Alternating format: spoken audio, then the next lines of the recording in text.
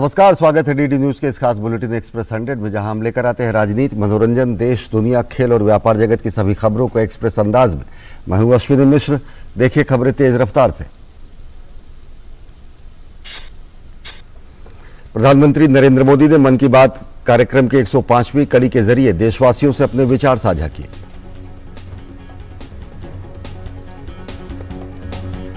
प्रधानमंत्री ने G20 शिखर सम्मेलन और चंद्रयान की सफलता का खास जिक्र किया। प्रधानमंत्री ने पर्यटन को रोजगार सृजन के लिए सबसे बड़ा क्षेत्र बताते हुए हाल ही में 2 स्थलों के विश्व धरोहर सूची में शामिल होने की बात कही। प्रधानमंत्री नरेंद्र मोदी ने कहा कि बदलती वैश्विक परिस्थितियों और चुनौतियों के बीच गांधी जी के विचार बेहद प्रासंगिक हैं। मन की बात कार्यक्रम के जरिए प्रधानमंत्री नरेंद्र मोदी ने जीव जंतुओं के संरक्षण और जल संरक्षण और स्वच्छता पर जोर दिया। प्रधानमंत्री नरेंद्र मोदी ने लोगों से गांधी जयंती के एक दिन पहले हो रहे सबसे बड़े स्वच्छता अभियान से जुड़ने की अपील की। प्रधानमंत्री ने देश में शुरू हो चुके त्योहारों के सीजन का जिक्र करते हुए त्योहारों के दौरान वोकल फॉर लोकल को बढ़ावा देने की बात कही। प्रधानमंत्री ने कहा कि भारतीय सामान खरीदने का सीधा फायदा हमारे कामगारों और शिल्पकारों को मिलता है। प्रधानमंत्री नरेंद्र मोदी ने मन की बात कार्यक्रम में जर्मनी की 21 साल की कैस्मी का खास जिक्र किया। पीएम ने बताया कि कैस्मी जन्म से देख नहीं पाती, लेकिन हर चुनौती का सामना हौसले के साथ कर रही है। प्रधानमंत्री नरेंद्र मोदी ने कहा कि जर्मनी की रहने वाली कैस्मी कभी भारत नहीं आई है, लेकिन वो भारतीय संगीत की दीवानी है। प्रधानमंत्री ने कैस्मी द्वारा गाए गए एक सुरीले गीत को भी साझा किया। प्रधानमंत्री नरेंद्र मोदी ने आज 11 राज्यों को वंदे भारत ट्रेन की सौगात दी। प्रधानमंत्री नरेंद्र मोदी ने इन ट्रेनों को वीडियो कॉन्फ्रेंसिंग के जरिए हरी झंडी दिखाई। पीएम ने जिन ट्रेनों को हरी झंडी दिखाई उनमें उदयपुर जयपुर वंदे भारत, तिरुनेलवेली मदुरई चेन्नई वंदे भारत, हैदराबाद बेंगलुरु वंदे भारत, विजयवाड़ा चेन्नई वंदे भारत और पटना हावड़ा वंदे भारत, कासरकोट थिरुवनंतपुरम वंदे भारत, राउरकेला भुवनेश्वर पुरी वंदे भारत समेत अनेक ट्रेनों को हरी झंडी दिखाया।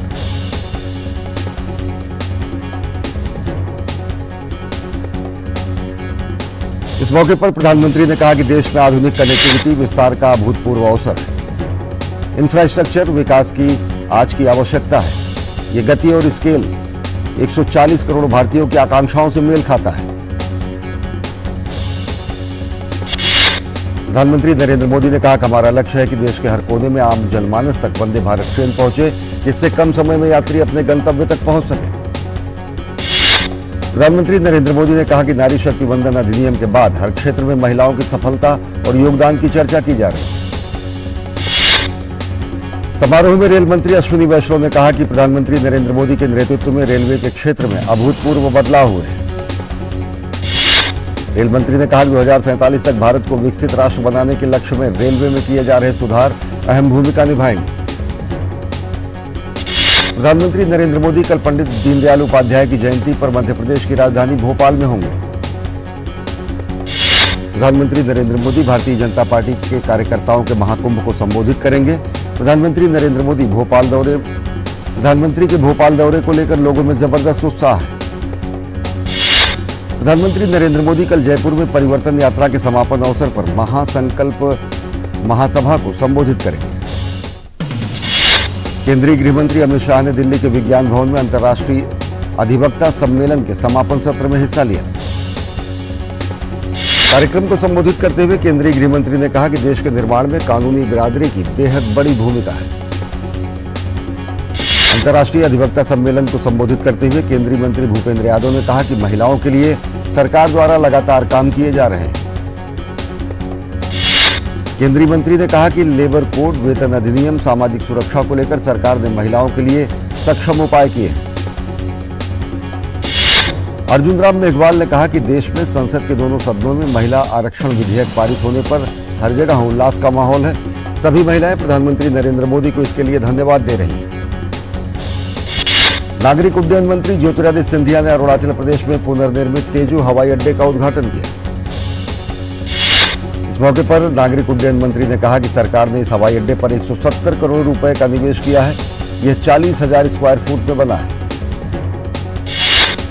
नई दिल्ली के इंडिया हैबिटेट सेंटर में भारत गैस वितरक एसोसिएशन के बैनर तले उत्तरी क्षेत्र के वितरकों का 2 दिवसीय सम्मेलन आयोजित किया गया। सम्मेलन में भारत गैस वितरक एसोसिएशन के अध्यक्ष कैलाश डूडानी ने कहा कि हमें वितरकों की पारदर्शिता पर ध्यान देना होगा। डिजिटल लेन देन से पारदर्शिता में इजाफा हुआ है।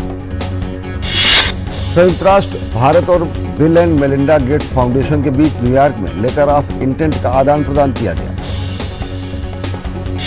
इस अवसर पर विदेश मंत्री डॉक्टर एस जयशंकर भी मौजूद रहे।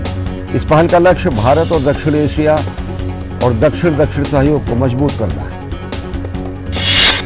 डोमिनिका के विदेश मंत्री डॉक्टर विंस हेंडरसन ने कोविड-19 महामारी के दौरान भारत द्वारा उपलब्ध कराए गए टीकों के लिए आभार जताया। न्यूयॉर्क में अपने संबोधन के दौरान डोमिनिका के विदेश मंत्री ने कहा कि उस मुश्किल के समय में भारत ने आगे बढ़कर दुनिया की मदद की। 3 बार के ग्रैमी पुरस्कार विजेता संगीतकार रिकी केज ने वैश्विक मंच पर भारत के बढ़ते दबदबे को सराहा है।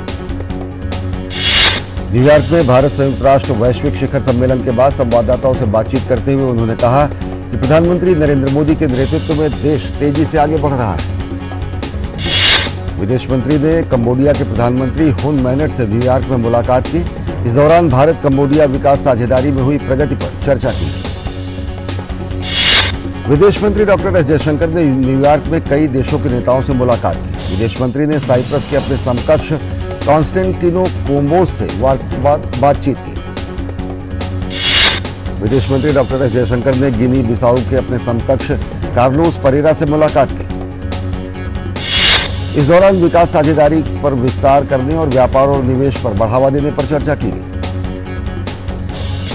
भूटान के विदेश मंत्री दांडी दोरजी ने दिल्ली में आयोजित G20 शिखर सम्मेलन की उल्लेखनीय सफलता के लिए भारत को बधाई दी।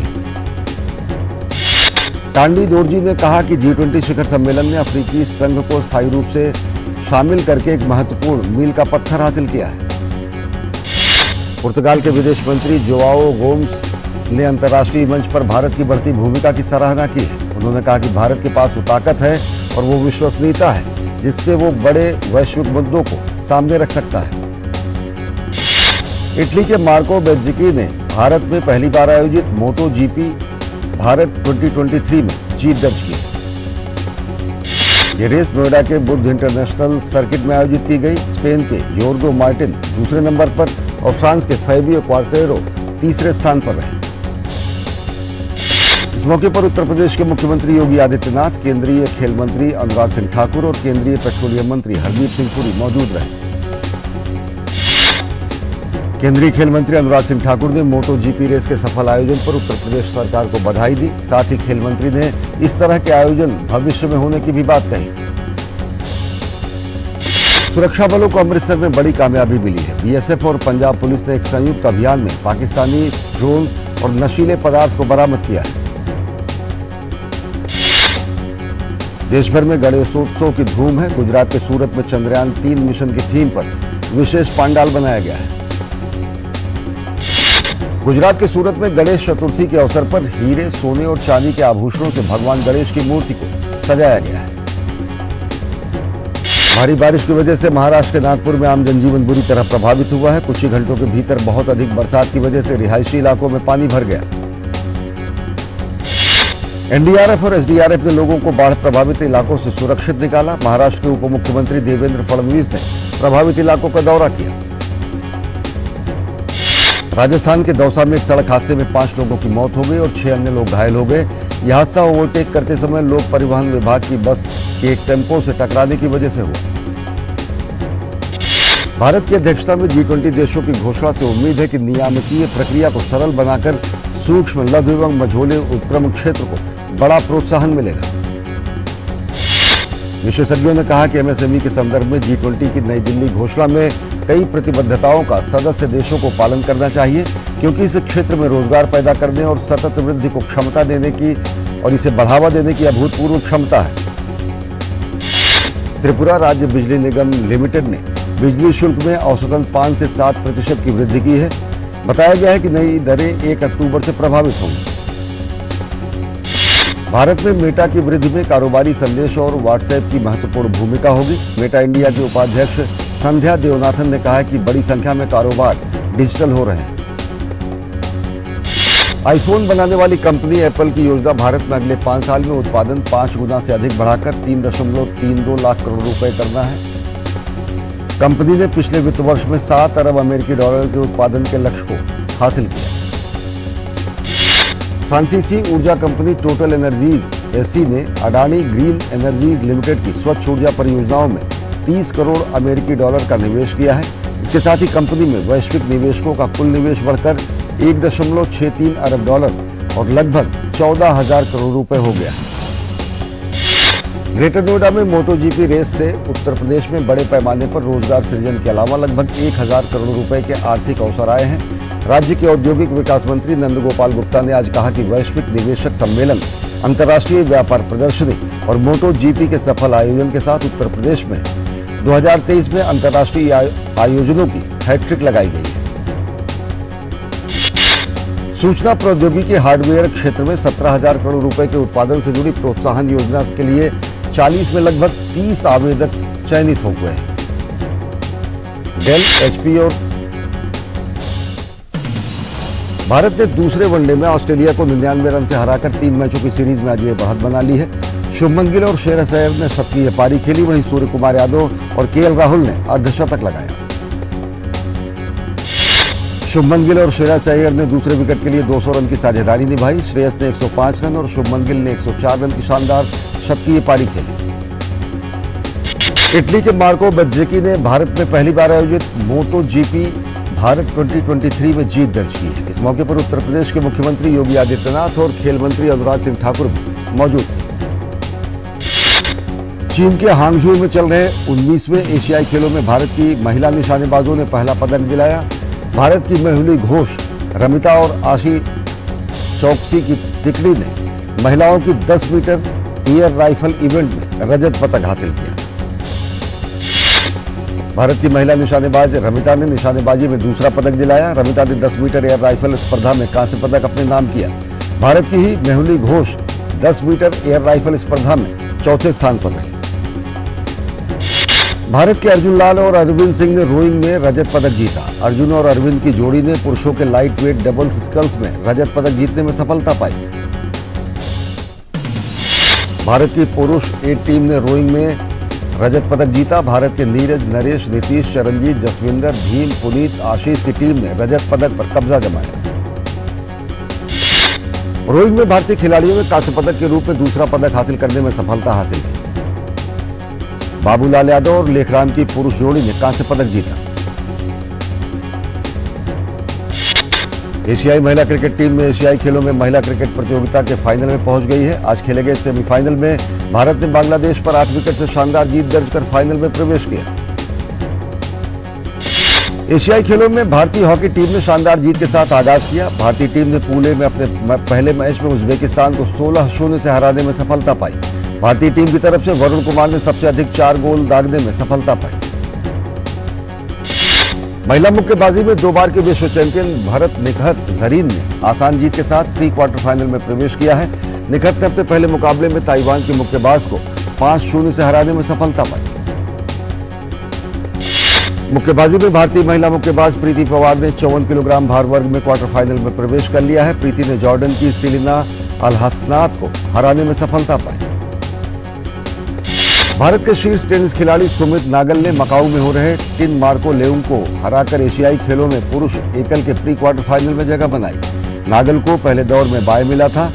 सुमित ने महज 45 मिनट में 6-0, 6-0 से प्रभावशाली जीत दर्ज की। भारतीय पुरुष वॉलीबॉल टीम का शानदार सफर क्वार्टर फाइनल में समाप्त हो गया। भारतीय टीम को अंतिम 8 मुकाबले में पूर्व ओलंपिक चैंपियन जापान ने 3-0 से हराने में सफलता पाई। भारतीय महिला टेबल टेनिस टीम का सफर भी प्री क्वार्टर फाइनल में समाप्त हो गया। रोमांचक मुकाबले में थाईलैंड ने भारत को 3-2 से शिकस्त दी। भारतीय टीम को अनुभवी मनिका बत्रा के दोनों मुकाबले गंवाने से बड़ा झटका लगा। रेडबुल के मैक्स वर्स्टेपन ने जापानी ग्रां प्री में जीत दर्ज की है। ये वर्स्टेपन की इस साल की 13वीं जीत है। इसके साथ ही उनकी टीम ने इस सीजन का कंस्ट्रक्टर्स खिताब अपने नाम किया है। ला लीगा में कल खेले गए मुकाबले में बार्सिलोना ने सेल्टा विगो को 3-2 से मात दी। इस जीत के साथ बार्सिलोना लीग में शीर्ष पर आ गई। इंग्लैंड के कप्तान हैरी केन की हैट्रिक की मदद से बायर्न म्यूनिख ने बुंदेसलीगा में अपना विजय अभियान जारी रखा है। बायर्न ने बोकम को 7-0 से करारी मात दी। हैरी केन ने अपने पहले 5 बुंदेसलीगा मैच 7 गोल किए। ऑस्ट्रेलिया ने संयुक्त राष्ट्र सुरक्षा परिषद में भारत की स्थायी सदस्यता का समर्थन किया है। ऑस्ट्रेलिया के विदेश मंत्री पेनी वोंग ने यूएन महासभा के 78वें सत्र में संबोधित करते हुए ये बात कही। पेनी वोंग ने कहा कि हम सुरक्षा परिषद में सुधारों को आगे बढ़ा रहे हैं। हमें भारत और जापान के लिए स्थायी सीटों सहित अफ्रीका, लैटिन अमेरिका, एशिया के लिए अधिक स्थायी और गैर स्थायी प्रतिनिधित्व सुनिश्चित करना चाहिए। आधुनिक युग में भारत के बाहर निर्मित दुनिया के दूसरे सबसे बड़े हिंदू मंदिर का उद्घाटन 8 अक्टूबर को न्यू जर्सी में होगा। न्यूयॉर्क स्थित टाइम्स स्क्वायर से लगभग 60 मील दक्षिण में और वाशिंगटन डीसी से लगभग 180 मील उत्तर में स्थित न्यू जर्सी के रॉबिन्सन विले टाउनशिप में स्वामी नारायण अक्षरधाम मंदिर का निर्माण 2011 में शुरू हुआ था और इसके निर्माण में 12,500 से अधिक स्वयंसेवकों ने मदद की। पाकिस्तान के कानून प्रवर्तन एजेंसियों ने पंजाब प्रांत में प्रमुख प्रतिष्ठानों को निशाना बनाने की एक बड़ी आतंकवादी साजिश को विफल कर दिया और 13 आतंकवादियों को गिरफ्तार कर लिया है। पुलिस ने बताया कि इन आतंकवादियों में से ज्यादातर प्रतिबंधित इस्लामिक स्टेट और तहरीके तालिबान पाकिस्तान से संबंधित है। पाकिस्तान के पंजाब प्रांत में एक यात्री ट्रेन मुख्य पटरियों पर खड़ी एक मालगाड़ी से टकरा गई, जिससे कम से कम 31 लोग घायल हो गए। यह हादसा शेखपुरा जिले के किला सत्तार शाह स्टेशन पर हुआ। इजराइल के प्रधानमंत्री बेंजामिन नेतन्याहू ने कहा कि उनका देश सऊदी अरब के साथ ऐतिहासिक शांति समझौते के लिए तैयार है। ये समझौता फिलिस्तीनियों के समझौते पर निर्भर नहीं होना चाहिए। नेतन्याहू ने कहा कि उन्हें लगता है कि इजराइल और सऊदी अरब हर दिन शांति के करीब पहुंच रहे हैं। और बुलेटिन में वक्त हो चला एक छोटे से ब्रेक का। देखते रहिए डीडी न्यूज। मैं वो कोई फैक्ट चेकर चाहता है कि मुसलमान आज सवाल है। आसान नहीं होता सच के लिए लड़ना। जिसकी आवाज कोई नहीं बनेगा उसकी आवाज कम करें। जो डर जाते हैं वो झूठ से कहां टकराते हैं। जो गरीब के स्कूल में, गरीब के स्वास्थ्य के लिए खर्च होना चाहिए, वो लूट कर इन्होंने अमीर ठेकेदारों को दे दिया। सच को जानना हो तो झूठ पर करना होता है प्रहार, हर बार बार बार। मैंने आपसे पूछा, मैंने आपने ठीक है नहीं कहा ना आपने। और कोई मुद्दा नहीं है तो सोनिया गांधी की गुडबुक में मैं अपना नाम गोल्डन अक्षरों में कैसे दाखिल करूं? इसलिए न फेक न्यूज न झूठ, हमेशा सच के साथ 2-2। देखिए मेरे साथ 2-2 सोमवार से शुक्रवार रात 9 बजे सिर्फ डीडी न्यूज पर। और ब्रेक के बाद आप सभी का स्वागत है। देखिए खबरें तेज रफ्तार से। रूस के विदेश मंत्री सर्गेई लावरोव ने संयुक्त राष्ट्र महासभा को संबोधित करते हुए पश्चिमी देशों की जोरदार आलोचना की। लावरोव ने कहा कि अमेरिका और उसके सहयोगी पश्चिमी देश लगातार संघर्षों को हवा दे रहे हैं। उन्होंने कहा कि पश्चिमी शक्तियां यूक्रेन को अपने समर्थन देकर रूस के खिलाफ सीधी लड़ाई में उतर आई हैं। सऊदी अरब के विदेश मंत्री प्रिंस फैसल बिन फरहान उल फुरहान अल सऊद ने संयुक्त राष्ट्र महासभा में अपने संबोधन के दौरान वैश्विक बाजारों में स्थिरता के लिए ओपेक के साथ सहयोग पर जोर दिया। सऊदी साम्राज्य की कार्बन उत्सर्जन को धीरे धीरे कम करने की बात कही गई है। वेनेजुएला के विदेश मंत्री यवन गिल पिंटो ने संयुक्त राष्ट्र महासभा को संबोधित करते हुए संयुक्त राष्ट्र को अपने रुख में बदलाव करने की जरूरत पर बल दिया। उन्होंने क्यूबा के खिलाफ प्रतिबंधों की बात करते हुए कहा कि संयुक्त राष्ट्र उन देशों के एक तरफावाद को हराने में सक्षम नहीं है जो इसके संस्थापक चार्टर में निहित सिद्धांतों पर खुद को थोपना चाहते हैं। पश्चिमी अफ्रीकी देश बेनिन में एक ईंधन डिपो में हुए धमाके में 34 लोगों की मौत हो गई। हादसे में 20 लोग घायल हो गए, जिनको अस्पताल में भर्ती कराया गया और इनमें से कई लोगों की हालत गंभीर है। घटना नाइजीरिया की सीमा के पास हुई। अभिनेत्री प्रियंका चोपड़ा जोनस ने महिला आरक्षण विधेयक के पारित होने को एक ऐतिहासिक उपलब्धि बताते हुए कहा कि इसका अगला कदम प्रभावी और त्वरित कार्यान्वयन होना चाहिए।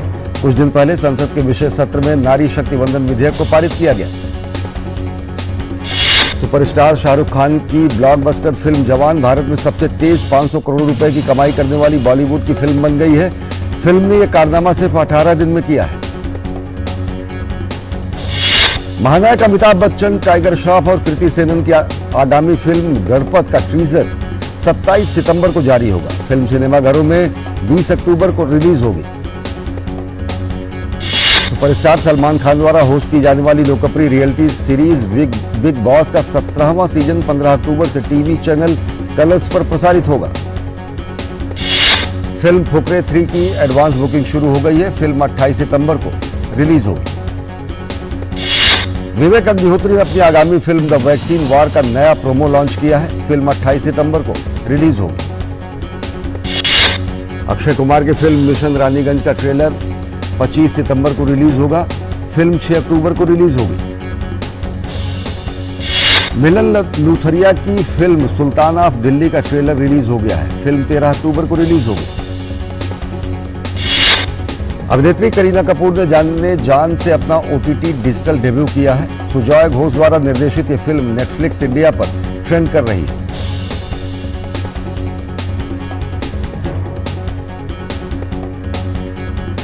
एक्सप्रेस न्यूज में फिलहाल इतना ही। देश और दुनिया की ताजा तरीन खबरों के लिए देखते रहिए DD न्यूज। नमस्कार।